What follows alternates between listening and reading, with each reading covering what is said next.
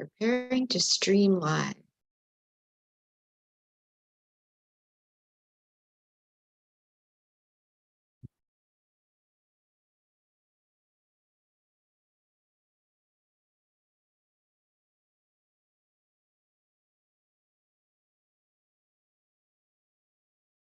Yeah, like that's gonna make a difference. Hello? All right. It says it's being streaming live on YouTube. Hi, Yeah. YouTube. I was checking for an echo. That's all I was doing there. Sound check, sound check. Say something again. Two dyslexic Jews walk into a bra.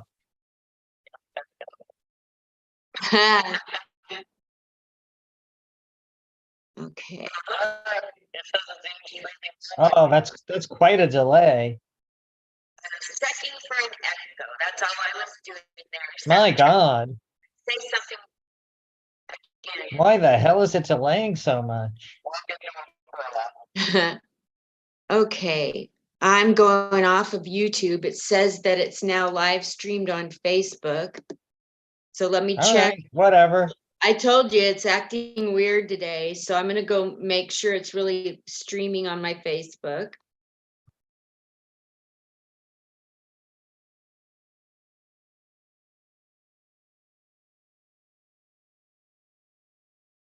It's not streaming live on my Facebook, so I'm gonna go try it again.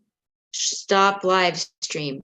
It says it's live. I'm just gonna record because something's going. I knew trying to get in, it's acting weird. So let me see if it's streaming on my YouTube. I love doing this. This is just magnificent.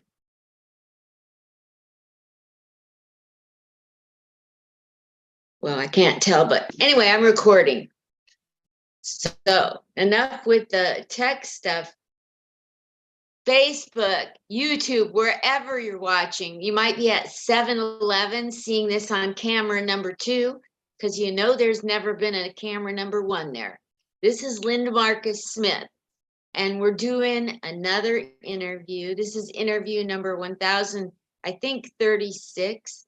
And it's about dang time I got this lady on my show. And let me read you this intro. It says she's transgender. And before she transitioned, she held a comedy funeral for her previous iteration. No, that's Sarah May Walt. That's not me. What? I don't know whose bio you're reading. This came from you. Yeah, it wasn't about me. Okay, why don't you say your intro I since was I have the wrong person? I was telling you about someone else. I was telling you Okay, about Sarah May Walt. That's I'm gonna not confuse me. Tell me your intro. I'm not Sarah May Walt. I'm Dana Friedman. I'm a stand-up comic in New York. I'm Orthodox Jewish and transgender, and there's a lot of material there. So I guess Linda and I are going to talk about stuff. Yeah, I saw that intro. It said, this is an intro. And I was like, okay, nothing about it said the name. So I just grabbed it. Sorry about that, Dana. It's all right. Hi, everybody. Yeah, we're doing an intro. The computer's been giving us trouble. Well, giving me trouble, which in turn gives Dana trouble. And then I got the intro mixed up. So, hey, it's life, right? We know we have to kick and punt and just keep going. When you make mistakes, just keep going. If nothing else, if I make the mistakes, you can laugh at me. Go right ahead. So today's guest, like I said, is Dana Friedman. And we're going to talk and chop up her life. And you're going to get inspired. And you're going to want to share it. And you're going to want to follow her. And that's the whole reason I do this stuff. Not because I'm Meshuggah, but I am Meshuggah. Anyway, welcome to the stage right now, the lady in the other square, Dana Friedman. The lady in the other square. Gee, that was my nickname in high school. Good one. Dana, where are you at right now? In my bedroom. In what city of the world? In New York, New York. The Lower East Side. Oh, I love the Lower East Side. Yeah, the Three Stooges were born here. They were? Yeah, in my bed. No, no, not in my bed, but on the that yeah. Not well, not all of them, not Larry Fine necessarily, but the Howard brothers, who were really the Horowitz brothers. I Curly, Moe, and Shemp were all brothers, and they were all on stage. Their last name was Howard. Their birth last name was Horowitz. man, I And the just got, truth is, that we don't dead name them anymore. But then again, they're all dead. So yeah, they're yeah, stiff. pretty much anything you call them would be a dead name. Yes. So talk to me about living in the Lower East Side and what that's like when you're not important doing comedy. Well, the Lower East Side has a significant heritage as an as a mainstay of the Orthodox Jewish community, but neighborhoods evolve. For a long time, the artists were here, and then the gentrifiers came in, raised, well, raised the rents, raised with a Z, all the nice buildings, RAISED, the rents. Um, and to quote my partner, actually, I side with my partner in saying we miss the hookers, heroin, and cheap rent. Because along with the hookers and the heroin and the cheap rent came the artists, and the neighborhood was cool. Uh, oh, recording in progress now? Okay. I know, I pressed record and it didn't freaking record. So Well, now there we it's go. recording. And we skipped the mistake I made, so that's good. All right. Well, there you go. Um, so the Lower East Side was far more interesting once upon a time. Now we have idiot loud people. Before we had, quiet artists and typical New York transitory noise, like people getting shot. Actually, no, they still get shot, but how long does a bullet coming out of a gun last? Not very long. If it's loud, it's only loud for a second. That's so true. That's so Yeah, true. yeah, What, and so where were you born and raised, Dana? Mount Sinai Hospital. That's right. I was raised at Mount Sinai Hospital. No, I was born at Mount Sinai Hospital in 1964 on the same day in the same hospital that my grandfather died. My gosh, that's Yeah, because they have a Jewish quota. you got a Yeah, joke, man. absolutely. Um, yeah. So yeah, native New Yorkers, we hope, are unshockable. That's one of the benefits, and in the nicer states, they consider our being unshockable as rude, because we're not phased. We seem like we're not impressed by anything, and we think I would think the average New Yorker going out of town are going to think the average New Yorker going out of town to see and seeing something nice is going to realize it's nice, but hey, it's nice. It ain't the be all and end all unless it's the Grand Canyon. That's impressive. That's right by me. But you know what? After 9/11, we had our own Grand Canyon in New York. Oh my gosh. And and even before that, we had a pretty big hole that is now, when they were first constructing the World Trade Center, we didn't have, what was it called? Battery Park. Battery Park is the dirt underneath what is now the foundation of the World Trade Center. So, we've seen big holes before, but the Grand Canyon was there and is a lot more natural and whatnot. So, yes, we can be impressed by things, but we're just not easily shocked. It doesn't mean we're not impressed. It doesn't mean, whatever. We're nice people. If you get shot in the knees in New York, we might shoot you in the knees, but we'll call 911. And we've seen people get shot in the knees before, and it's unfortunate. And we're gonna help just like anybody else. We just may be a little more nonchalant about the typical stuff. Which is why the artists and the trans people and the gay people and gender nonconforming and the non-binary people are all fine here. New York is where those who are different come to fit in. And Exactly. I I love was it. lucky enough to have been born here. Yeah, let's talk about that. So you were born and where did you grow up? What part of New York? Well, the first part I remember is the Upper West Side. We had 8 rooms and approximately, I mean, I was 8 years old when we moved out of there, but let's just say something like 1,200 to 1,500 square feet for $200 a month in 1973. And my father exiled us to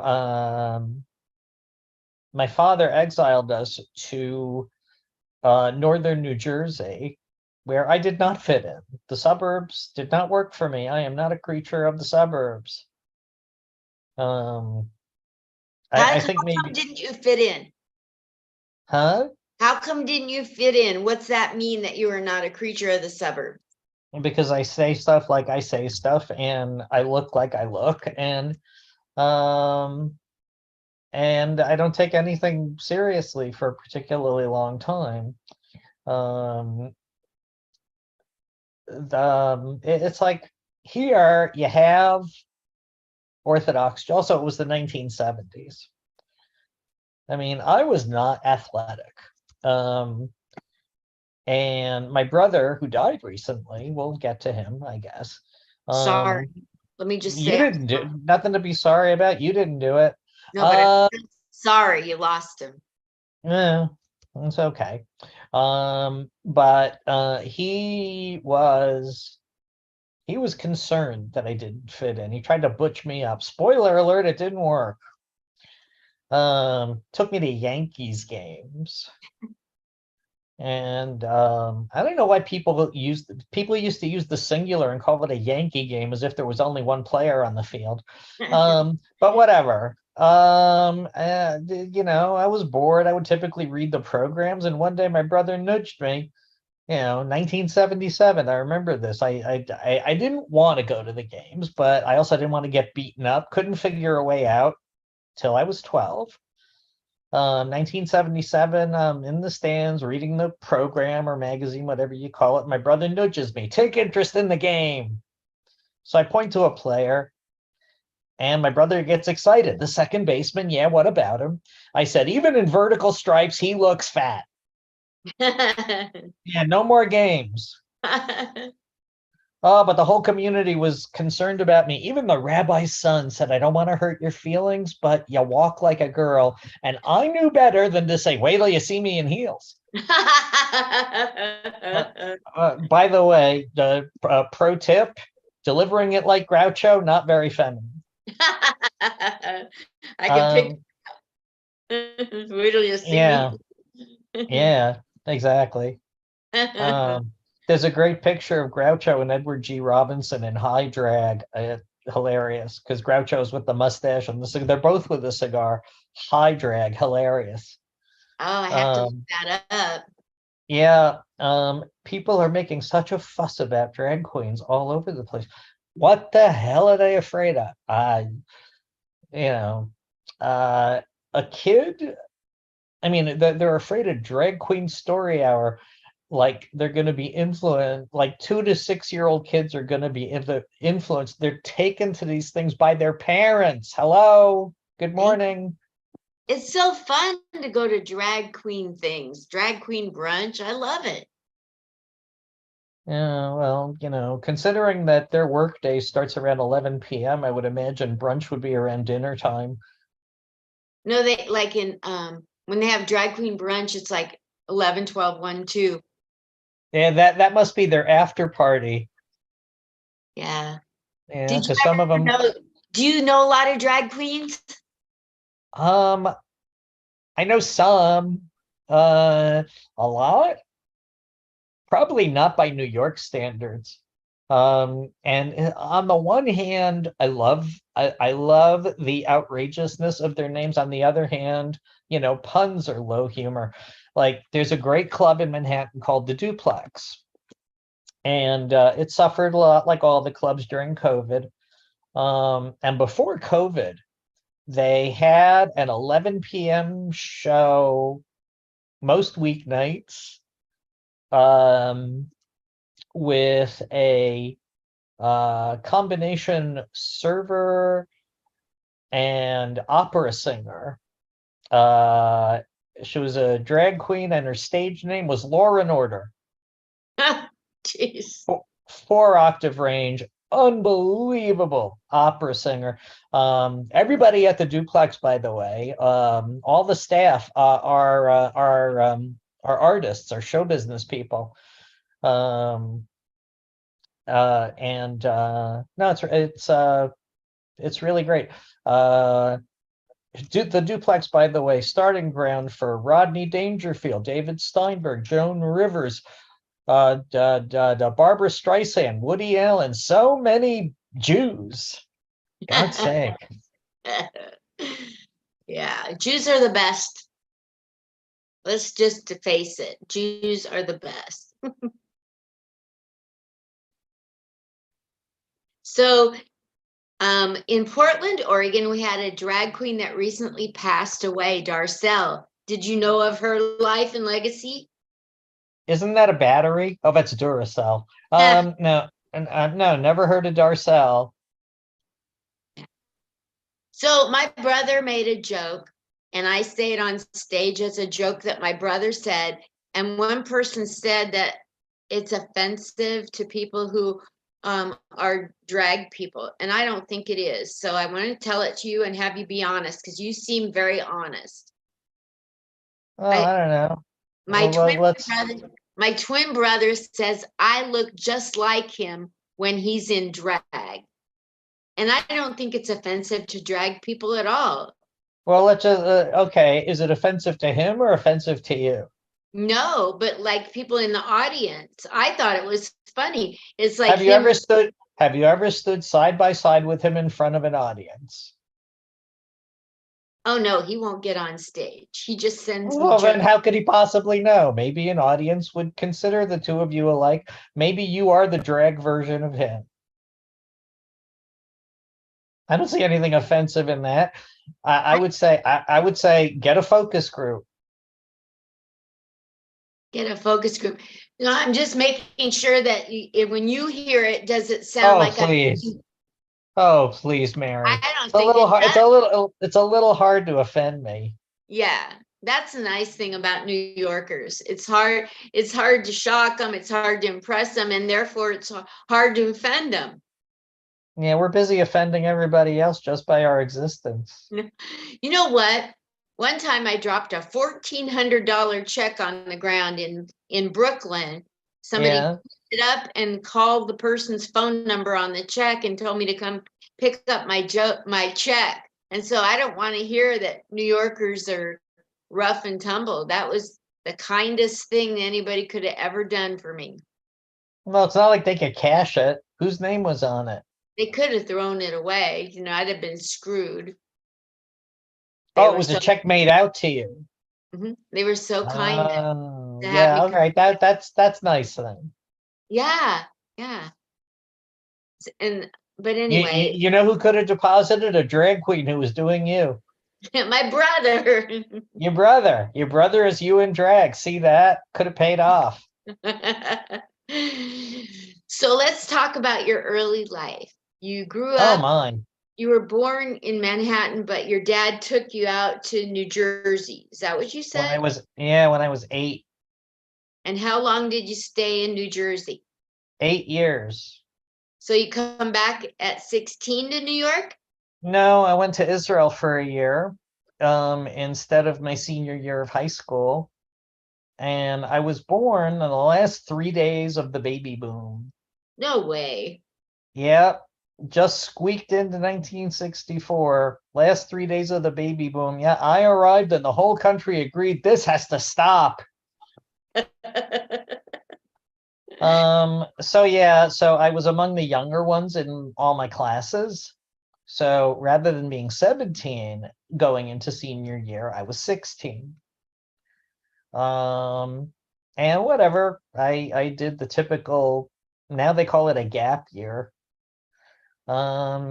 so I did that and then went back and eventually went to my dream school, Berklee College of Music in Boston. So you can Where sing and play musical instruments? I do. Well, I can't sing, no. Could never sing, really. They paid me to do it anyway, but no, singing was never my primary thing. Um, What is your primary thing that you got out of that? well, I mean, till rheumatic arthritis set in, I played guitar for 46 years. Um, Rheumatic arthritis. Oh my God, I sound so old. You kids today with the fingers and the guitars. I don't know. But whatever, fine. Guitar and electric bass, and I still write. I still write arrangements for big band, orchestra, vocal groups, and whoever will pay, and sometimes people who won't pay if they're good. Um, but I'm focusing on stand-up and comedy production right now. Um, Meaning that you produce shows? I produce shows, long form video, podcasts when I'm asked to, but right now my primary one is Jonathan Katz's podcast. Hey, we're back. Yeah. Um, yeah, we just had a greatest hits episode that included Wendy Liebman, David Paymer, Bob Saget, old clip. Um, Oh God, who else? I don't know. Go to jonathankatz.com. You can see the latest episode and a bunch of others. We had the Sklar brothers on before that, and Judy Gold before that, and Sarah Silverman was the first one of this season. Good bunch of shows. Anyway, so yeah, I'm the producer. That's so cool. And that's a hoot. How It's long like have every you been doing Jonathan Katz's stuff? Well, my company redesigned his website in 2006.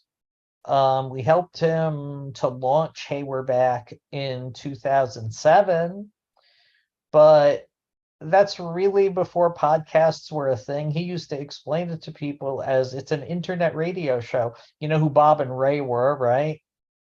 So basically, he created the greatest radio sketches, kind of in that style, only with much better production values than they had in the Bob and Ray days. If you don't know who Bob and Ray are, they're funny. They are a certain type of funny that some people won't really get today, but funny is funny. They're a little on the corny side, but still, they did radio sketches.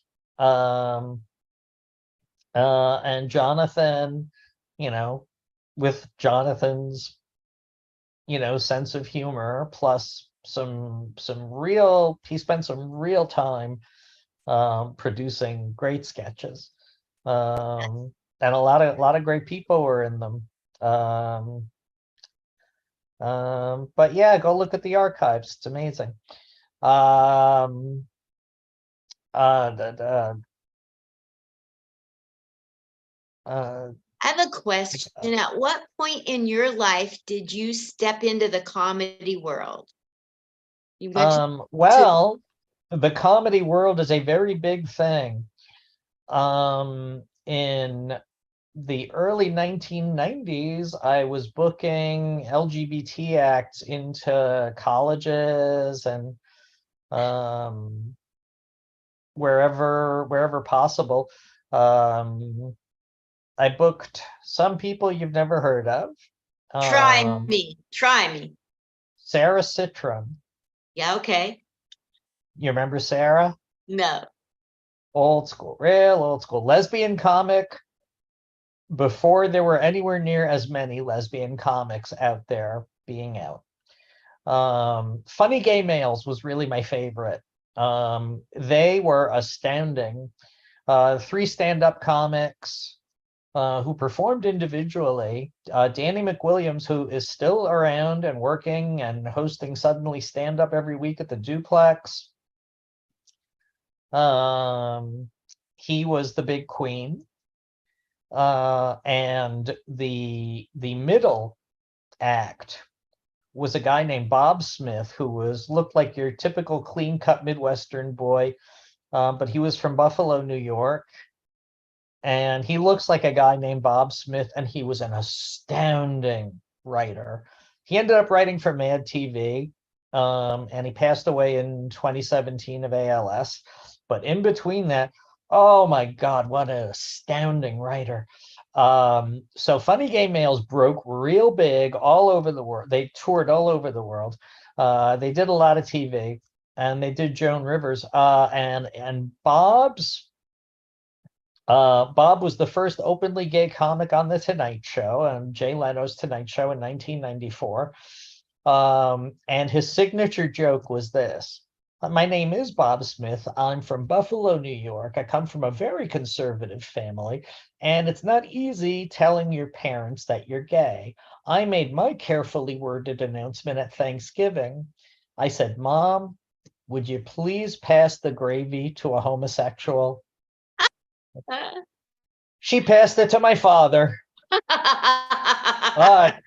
Terrible scene followed. Anyway, so they were doing Joan Rivers, and Joan Rivers gave him the tag, she passed it to my father.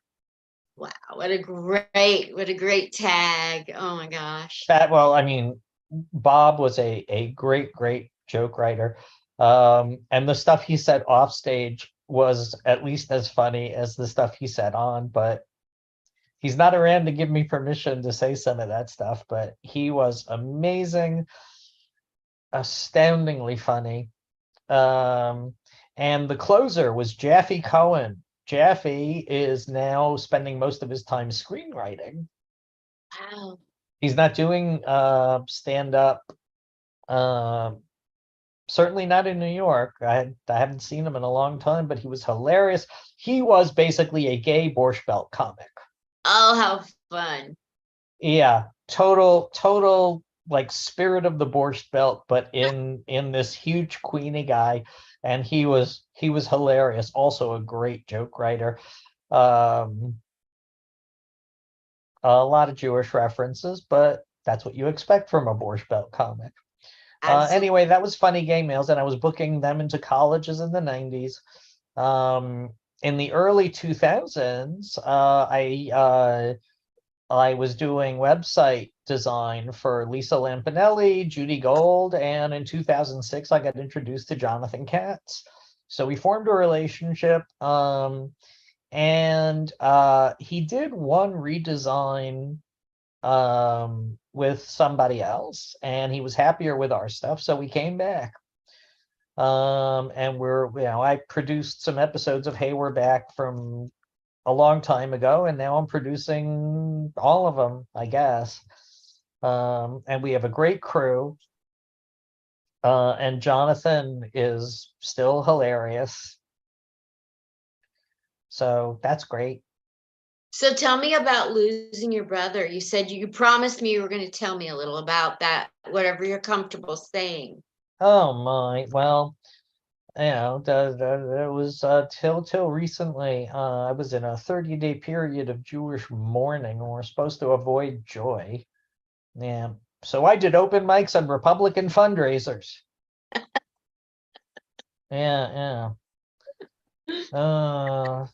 It was me and Caitlyn Jenner, exactly who they wanted. That one. Was it really? Yeah, exactly right. Exactly who they wanted. You know, she's at Fox Business now because they were running low on white people. Yeah. Oh, Lord, that one. And she's complaining now about LGBT activists, calls them the Rainbow Mafia. And she spent 2 years coming out as trans all over the media. She's not exactly in witness protection. But I don't know. My brother and I were not close. He wasn't close. My brother and I were not close. He wasn't close to anybody. You know you've got a difficult person when the rabbi starts the eulogy with nobody's perfect. Yeah. There's an old eulogy heckle. His brother was worse. And I'd have used it, except I used to be his brother. Life's funny like that. You're just full of comedy, aren't you? Well, life's funny. He didn't approve of my transition. He told me we're religious Jews. We can't just go doing what we want. If I was doing what I wanted, I'd be on the beach with a hot blonde. Come on. Come on. He was 65, mean, and broke. The only way he ever held a beautiful woman was hostage. We weren't close. What are you going to do? You can say things about it, but when you're not close. Yes. It's not nice, but, a lot of things aren't nice. So he passed away. How was it, a tragic scenario all of a sudden, or a long illness, or something in the middle? This is a very Jewish conversation.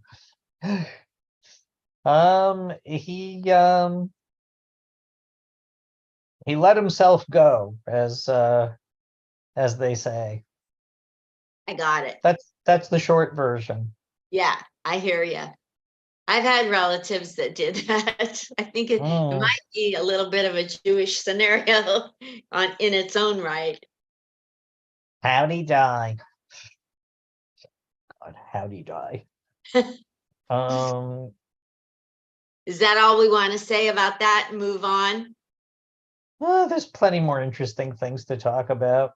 What is it that you're the most proud of that you've accomplished in your entire almost not a baby boomer life? Most proud of? Yeah. I don't know. You rattled off so. If I was your mother, I would be so proud of all you've accomplished. But if you had to pick one thing, what would it be, Dana? Stayed out of prison? I don't know. I beat the rap. No. I don't know. I love being part of the Orthodox LGBT community, and now that I'm old, I get to talk to the young ones. That's fun. I don't know if that's necessarily a source of pride, because like they're the ones who are doing the revolutionary stuff. I just sit back and watch and talk to them and tell them what they're doing wrong. Yeah. But that's Jewish. I don't know. My partner and I have been together for 32 years. I guess that takes a little doing. So as far as you being in comedy, doing your own stand-up. Yeah. In what stage or age of your life was that a prominent thing? Because now you're more behind the scenes. Is that correct? No, I'm still getting up. I'm still getting up, doing shows wherever there's a stage. I want to see you live. I'll be back in New York in November. I have to know. I have to pay money. I don't want to comp. I want to pay money to hear good comedy. That would be you. How about we comp you and do bad comedy? But no, I'm still getting up, but I am also producing because whatever. I am competent at it, but I'm also a competent joke writer, apparently, because people laugh when I say stuff. So whatever. Apparently, one or two things a night that I say get laughs, so that's good. But to answer the question you asked like a half hour ago, so I've been doing stand-up for 11 years. And they say 10 is what? Oh, not really. Jonathan Katz is 76. He started in 1979. That's a long time. Wow. Judy Gold started in 1984. Next year will be 40 years. That's a long time. Carol Montgomery, also 40 years. Those people paid their dues. Absolutely. Yeah. Favorite time that you performed? Favorite audience? Favorite scenario? Okay, so I have, you have to be able to perform in a variety of rooms because you never know what you're going to hit. Well, sometimes you do. But if you go up to at a club like the Comic Strip, You have no idea who's going to be there. So you have to be able to read the room to get a sense of what the audience will laugh at. Ideally, you should not be the first one on stage. Usually that's what the host is for. You know, if they laugh at like the jokes about beer and penis size and, you know, girlfriend problems, I was like, oh God, I'm dead. If that's all they laugh at. If they laugh at the smart stuff, then I have a shot. But still, you have to be able to perform in mainstream rooms, and you know, sometimes you get progressive audiences, unless you perform exclusively in like Alabama and Florida. Then you know, good luck to you. But if you like those audiences, if that's your bread and butter, God bless, good for you. Funny is funny. But so for me, I get booked on a lot of LGBT shows and Jewish LGBT shows. And then mainstream stuff. People just put me up because whatever, they like me or somebody died or but you gotta be ready for all kinds of rooms, and even the stuff that's a little weird by most standards of life experience. A lot of my life experience is not typical, but it's all about relatable stuff. You know, awkward social encounters and, you know, how to deal with mean people and, you know, parents getting old, making fun of yourself because you're old, making fun of the children. Children is anyone under 25. That's all universal stuff.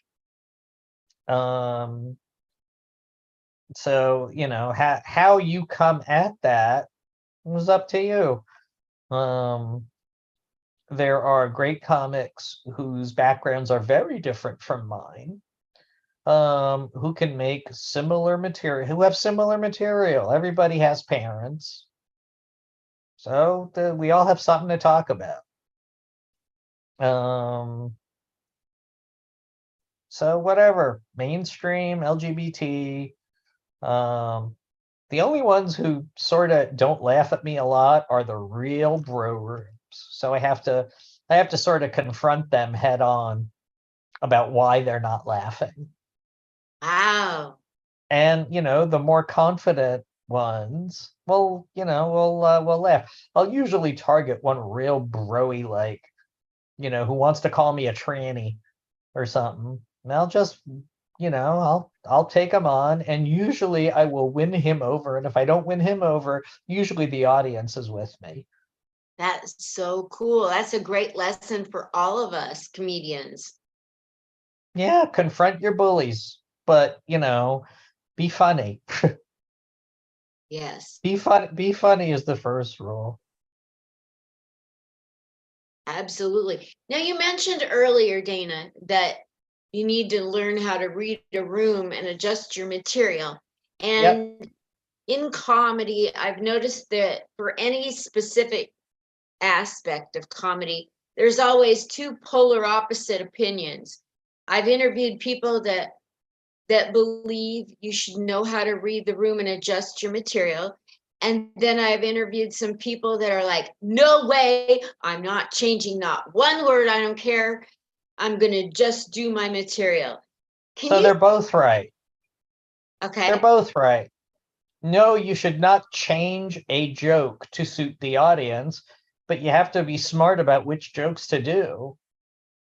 If you only have 10 minutes of material and you have a 10-minute spot, you know, and there's 3 minutes you don't want to do, talk slower. Stutter. That too. Well, I mean, it worked for Bob Newhart. Somebody ought to do the math and figure out how much time Bob Newhart saved when he was young by stuttering. How, you know, It adds up. Also, people who get up there and talk into the mic as if they're reciting something. I mean, they don't know, it's called performing stand-up comedy. If you don't sell the joke, then you're basically just talking. Stand-up comedy is not talking, it's performing. You got to sell it, baby. Watch the Yeah. greats. So Watch the great. what are some tips in selling your joke when you're Well, performing it? What are some aspects that people are not doing that you wish they would? what I wish is irrelevant, but I mean, it is an audible and visual art form. So if you get up there and speak in a monotone, your audience is going to fall asleep unless you're Stephen Wright. That's how Stephen Wright sells his joke, by being in a monotone, but his material is so good. I mean, Mitch Hedberg a little bit like that, but again, the writing was so good. And he was so out there. You couldn't not pay attention to Mitch Hedberg. So that's how they sold their jokes. But everybody else, I mean, it's like music. I mean, there has to be rhythm and cadence and intonation, and how you say a word can sometimes make the difference between the joke landing and the joke not landing. And my God, slow down. You're not getting paid by the word, so just be funny. And I mean, there is a comic whose name should not be spoken in public anymore, but he started in stand-up in 1958.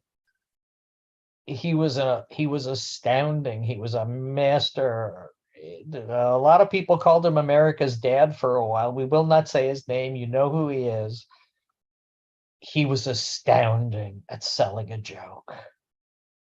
He told them like stories, and you could hear when he was in pain, and he had special effects with his voice, and it was a show. He was one person on a stage, and my God, he sold those jokes. A so-so joke sold well will often get bigger laughs than a really good joke sold poorly. That doesn't mean you should write mediocre jokes, but people who aren't the greatest joke writers get a lot of Henny Youngman got a lot of laughs with those stupid one-liners. Take my wife, please. Imagine doing that joke without selling it. Take my wife, please. Or you know what? You could do that like really, really depressed, but that's a means of selling it. Take my wife, please. But that's still selling the joke. You're still putting something into it. You're putting a little life into it. You're performing it. After a while, Henny became so unintelligible. Like he was in Goodfellas. Remember his little bit in Goodfellas? I'll have to go back and look. Goodfellas was released in 1990, so it was probably filmed in 89. And my God, he was old. He was practically mumbling that set. I take my wife everywhere, but she finds her way home. Oh, also the Comedy Classics channel on Sirius. Oh my God. Listen to that for a few weeks. You'll learn a lot about what came before. So much great stuff. Who's your favorite deceased comedian, and why is he or she your favorite? Groucho Marx. Groucho did everything. And he did it all astoundingly well. He was a great, great, great writer of prose, of hilarious prose. I mean, his letters are in the Library of Congress. he was astounding on Broadway, on radio, on television, in the movies, on talk shows. He was so fast. And he started to lose it mentally after a stroke when he turned 80, probably in 1970 or 71. He started to lose it. And he was still funnier than 99% of all comedians ever. He was so fast. All right, just one example. There are way too many examples of stuff he did on the fly that nobody could touch. 1957, he was doing an episode of his game show, You Bet Your Life, which, by the way, they invented so he could riff. No way. John Guedel, the producer and creator of You Bet Your Life, heard Groucho on an episode of some radio show or other with Bob Hope. And I mean, Groucho was a great improviser, but one particular joke got him. They had to do special effects in radio, and there was a scene where they were going upstairs, right? And so there was like a clip-clop sound effect. And Groucho asked Bob Hope, "You ever notice that everybody in radio has wooden shoes?" So Guedel got an idea and said, Groucho ought to be improvising on radio, but how do you do that? You can't just get a guy, so you got to have a frame for it. It was a game show. So there would be 3 sets of 2 contestants and trivia, and Groucho would read the trivia questions. But before that, he would interview the contestants, and that, of course, was the fun part. And you can get these on DVD now, if assuming DVDs are still available. The You Bet Your Life box set is around, and there's an outtakes reel. And in 1957, he had on a beautiful blonde woman, his favorite kind, and he was a total lech. And he asked her, what do you do? And she said, "Groucho, well, I'm a teacher, but I would one day like to have children." And Groucho asked, "Well, how you gonna balance that? Sounds difficult." And the woman said, "Groucho, I think if a woman keeps her feet on the ground, she can do anything." Groucho said, "If you keep your feet on the ground, you'll never be a mother." Huge laugh. That laugh had to be at least 15 seconds. And when they started to calm down, he told the audience, "That's what we call a waste of film." So fast, so good, no boundaries. Astounding. And it's not just that he had the one joke, but he was so fast always. Even after the strokes, I think he had more than one, but he got sick and he started to lose his memory. And he was not all there by the end. And he was still funnier than most everybody. At the end, in the late 60s and early 70s, he would go on talk shows. He did one with William F. Buckley and a whole bunch with Dick Cavett, and he's hilarious. I'll have to look those up. Hilarious. So Groucho is my favorite, even though he was a horrible misogynist. A lot of the female comics said, "Yeah, a trans woman would say that." So deal with it. Groucho was funny. Yes, he was. He wasn't always funny. He said a lot. He also said women should be obscene and not heard. So not always cool. Not always cool. It wouldn't fly today. With the bros, it would. Yeah. He The knew how to work. The bros are ready to have an uprising. He knew how to work a room also, and he performed for the troops. So yeah, my guess is he knows how to play to a room full of bros. But whatever, he's dead now. By the way, he died 3 days after Elvis. I'm sorry. Yeah, right. He died 3 days after Elvis, and his death got a little bit overshadowed by Elvis's funeral. Wow. Farrah Fawcett and Michael Jackson died on the same day. Guess who got more media? Exactly. Yep. She But that's all really, right. she died. There was some scuttlebutt about the way she got that disease. I don't even know how she died. She had something that they claimed you got it from anal sex. And I think that was it. Anyway, so who I'm actually was it? Googling it now. Yeah, Anal cancer. yeah. That was my band in high school. Anal cancer. How are you gonna know if you have anal cancer unless you go to a proctologist? I imagine she did. Yeah, but That's just a guess. it's sad to see her pass away at an early stage in life. I clicked on the link and uh I still can't verify. I still can't verify where the link comes from, or where the anal cancer reference. Let's stop talking about anal cancer. Yeah, let's stop talking about it. Yeah. So, getting back to you, what Uh-huh. what is it you have to accomplish in your life? Is that the end of the question? Yeah, I usually go on and say too What many do I words. have to accomplish? What are some things you want to do before you get old and die like me?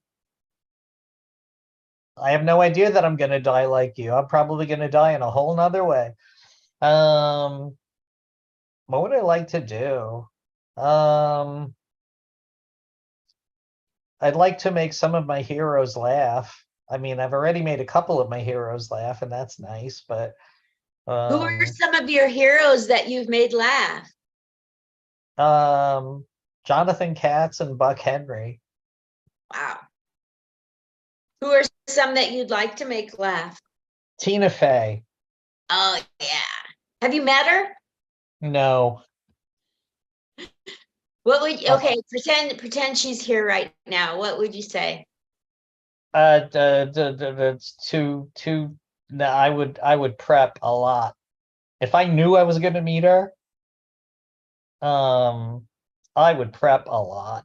Um, when I meet famous people, if I know I'm gonna meet a famous person, I prepare. Nice. Um, because what are you gonna tell? What are you gonna tell Mel Brooks that he hasn't already heard? Blazing Saddles was great. Everybody hears that all the time. The Producers was astounding. It was.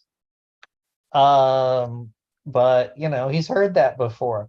So he was writing The Producers during the run of a failed show called All American Girl. If I meet Mel Brooks, I'm just going to tell him I'm sorry, not All American Girl, All American. If I meet Mel Brooks, I'm going to tell him All American was misunderstood. Ooh. And I've never seen it. I have no idea what it's about, but he's going to look at me like I'm from outer space.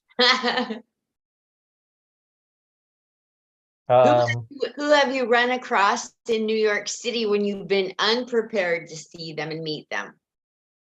well, thing is, in New York, if you see a celebrity, you're supposed to leave them alone. If I see somebody on the street, I saw Howard Stern on the street, I don't know how many times. I only actually met him once and was not in a position to make him laugh because it wasn't that kind of thing. Um, but I saw him on the street several times and nope, not going to touch him, not going to go over. It's just not nice. I saw Susan Sarandon, let her go. Esther Roll, Esther Roll. That sounds like an Italian food. Oh God, I can't even think. A lot of celebrities, but you let them go. You got to let them be people. Absolutely. Um, so it would have to be some kind of setting where Lady Bunny just came to my show on April 30th. Um, but she was out of drag. So Lady Bunny's one of the most famous drag queens in the world. Um, Yeah, she's a friend. Tuesday Thomas was the headliner on the show, and Tuesday brought a lot of people to the show because she has a great New York following. She's amazing. And Lady Bunny was in the audience. Gee. And when I was introduced to her, I mean, she was not in drag, she was not in uniform. And so she looked very different from what one would expect. It was nice to make her laugh. Um, but she does not walk about the street in, in work clothes. She gets paid a lot to be in work clothes. So again, you know, gotta prepare for stuff like that. If I knew in advance I was going to meet Tina Fey, I would prepare a lot. But read her book, Bossy Pants. It's amazing. What's the weirdest thing anybody has ever said to you about being transgender? Stupidest, weirdest, hardest, scariest, dumbest thing they ever did. Oh God, there have been so many. Um, I still say words like she-male and tranny on stage, just basically so they lose their power. People got to stop getting offended at words. But after a show, guy asked me, what's the difference between she-males and trannies? I said, she-males are pretty enough for porn. But by then I was ready. Honestly, all the stupid stuff, whatever. I would never have known. You really look like a woman. Right Ugh, now, I barely look like a person. So, forgive the appearance here, folks. it's fine. But, that I heard all that ridiculous stuff, but it was so long ago. I probably, for the most part, I probably just said thank you and got past the conversation. Because whatever. How far has the world or America or New Yorkers come in accepting transgender? But we're going backwards now. So it's kind of hard to say. We were doing okay. We were on a good path. Um, and then Trump happened, then Biden happened, who is weak. He's not fighting. Nope. So if we'd had I have a feeling Kamala Harris would have made a much better president, but whatever, fine, she isn't. Maybe Joe will decide not to run and we'll have President Harris. That'll be nice. It would be nice to have Uh, female. yeah, but we were doing okay. We were like on the way. But there are a lot of trans people in positions of power now that would have been a lot harder 30 years ago. Yes. So Yeah, that's progress. yeah. We What have can people who are like me who are not in the LGBTQIA groups, what can people like me do to make the lives of others that are in those groups have a better existence? What can we you use a do? better acronym. You use a better acronym for the alphabet soup. And so here's one. Chris Williams, who is a cisgender heterosexual male British comic, came up with Quilt Bag, which is queer, intersex, lesbian, trans, bisexual, asexual, and gay. Quilt Bag. Love it. Yeah, it's great. But he tried to be all inclusive, but he left out non-binary. So I added the N and made it Quilt Bang. Who doesn't love a good quilt bang? I But love use a better acronym. The Quilt Bang people makes us sound kinky. it. No, really? I don't know. Just like deal with people as people. You know, Exactly. a cisgender, heterosexual, white male can be awful or can be wonderful. And, you know, a very effeminate looking non-binary person assigned male at birth, and you can't make out what the hell gender they are, and they use they, them pronouns. So what? Just deal, will you? They're just a person. The human being. Yeah, treat people with respect. I Unless don't, people if they are prove making, go ahead.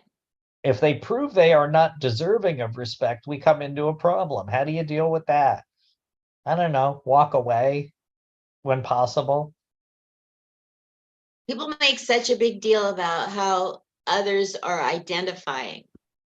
And here's what I have to say about that. Yeah. I do not care how you identify. Do it. Identify any way you want. I don't care. You want to call Well, your, why should I put a limit on what you want to identify as? the people who are most concerned make it all about them. Well, what does it say about me if you're allowed to be this? For example, if you are a trans woman and I am attracted to you, if I'm like this macho dude, and if I'm this macho dude and I am attracted to a trans woman, does that make me gay? No, it doesn't. But it's like, why would that be a big deal?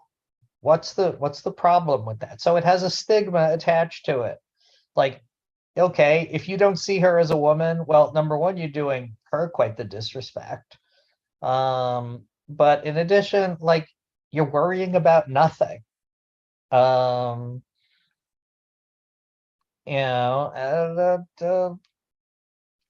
people are concerned because on some level they figure it's going to affect them. And apparently it's very hard to convince the state of Florida that letting parents raise their own children is going to somehow upset the world. It's not. Leave them alone, just like we leave you alone. Matter of fact, avoid Florida if you, unless you absolutely have to, unless you really, unless you're like a really white cisgender racist heterosexual person who really doesn't care about what's going to happen to everyone who's different from the Christian folks who appear to be running things. Ugh, Over there. I'm so tired of any human being judging any human being. So I sit in judgment of them. And Well, that's I mean, we do need some people to say guilty or not guilty. that's true. Um, Jackie Mason had a great joke.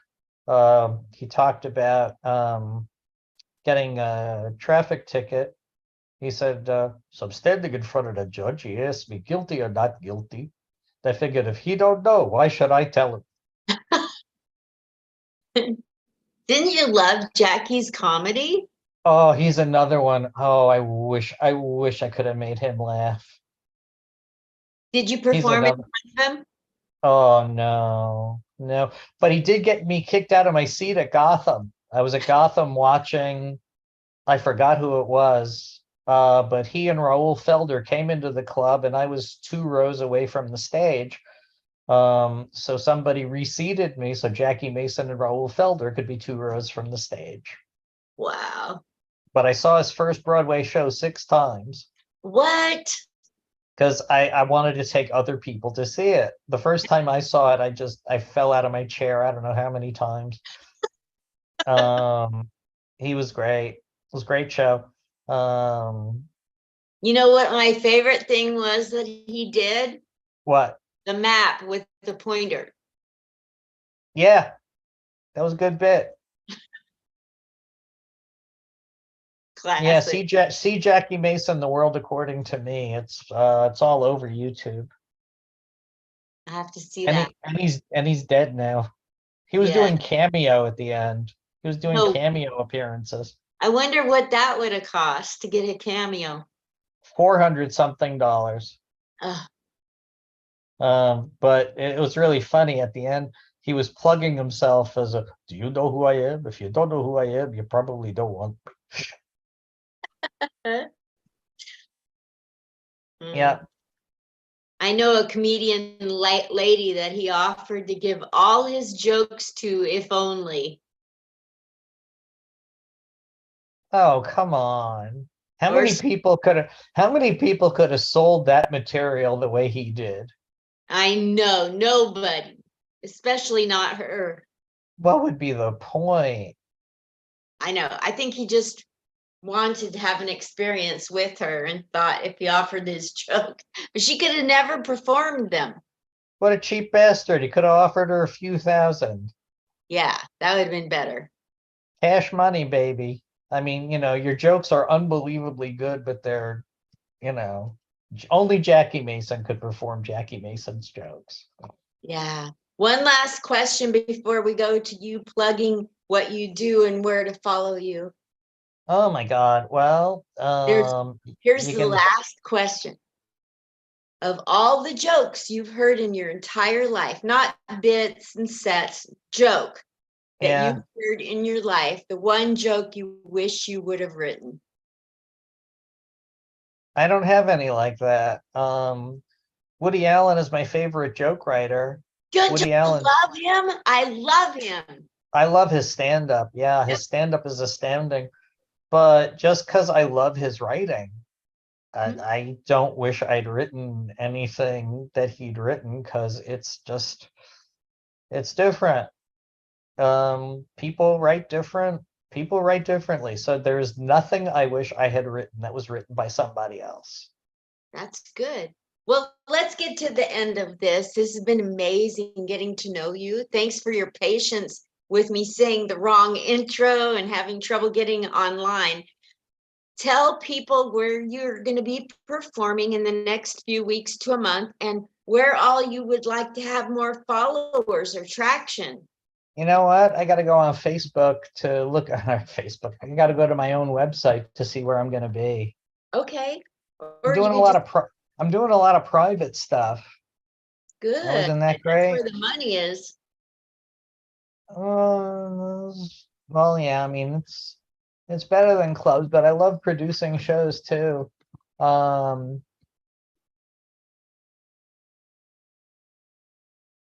Geez Louise, hang on. I want to continue to this site anyway. Go. God almighty. Were you a fan of Gracie Allen? My God, yes. Me too. Ah, oh my God, how could she do that? How could she keep those lines? Um, Straight, what the hell is going on?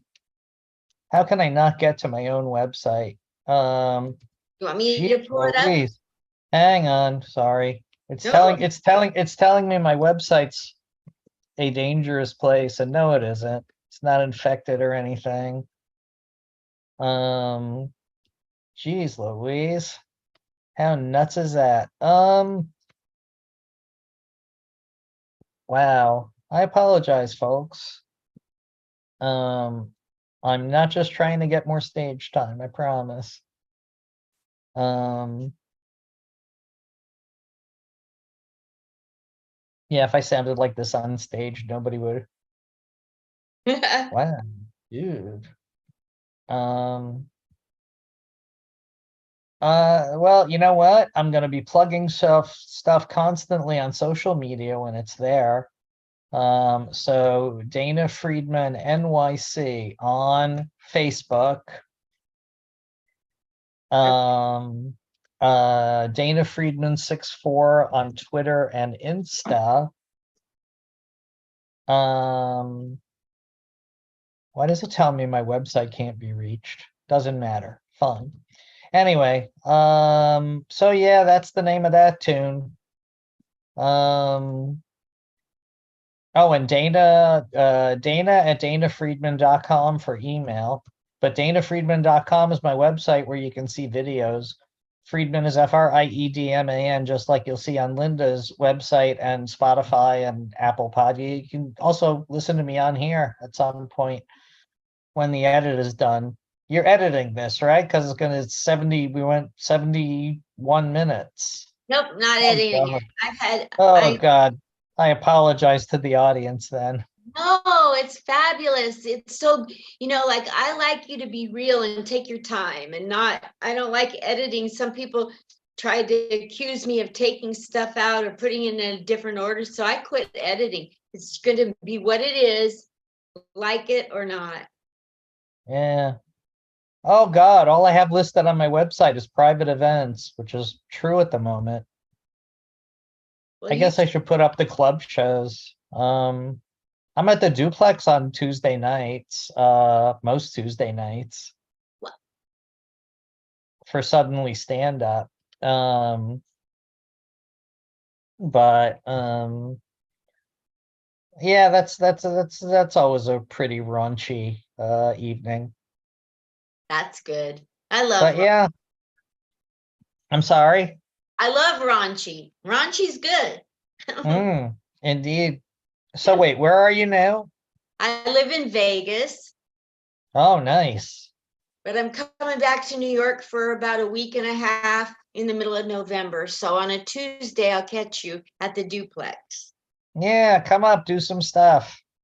Oh, thanks. What time is the duplex? Well, um, assuming we're still doing it in this particular situation, 6:30. Super. Tuesday, 6:30, suddenly stand up. I'll put it in my calendar to make sure I do that.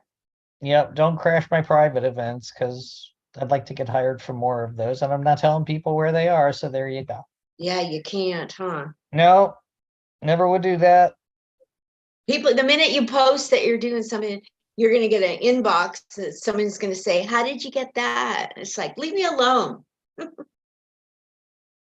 Um, how did I get it? I don't know. People Some always do that. Like if you post that you're going to be performing at some club, how did you get booked there? I don't know. Try being a nice if it's person. a if it's a club if it's a club,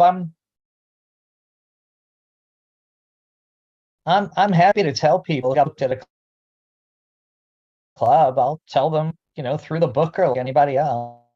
They'll Yeah, book whoever. If you're funny and you are professional, they'll book you. I hope. you would think so. Yep. Yeah. All right. Well, you've been a delight. It's been so great to get to know you. Thank you so much for your patience, your time, and all your Sure. fun and your insights. It's people that come on here to watch this, they're going to learn about comedy. You've put some real I hope nuggets out. so. Yep. Well, thanks. Thanks for having me. Thank you. Tell Mr. Jonathan Katz hello from me. I got to interview him and I'm a huge fan. I'll let him know you say hi. Thank you. Bye. All right. Bye, Have Dana.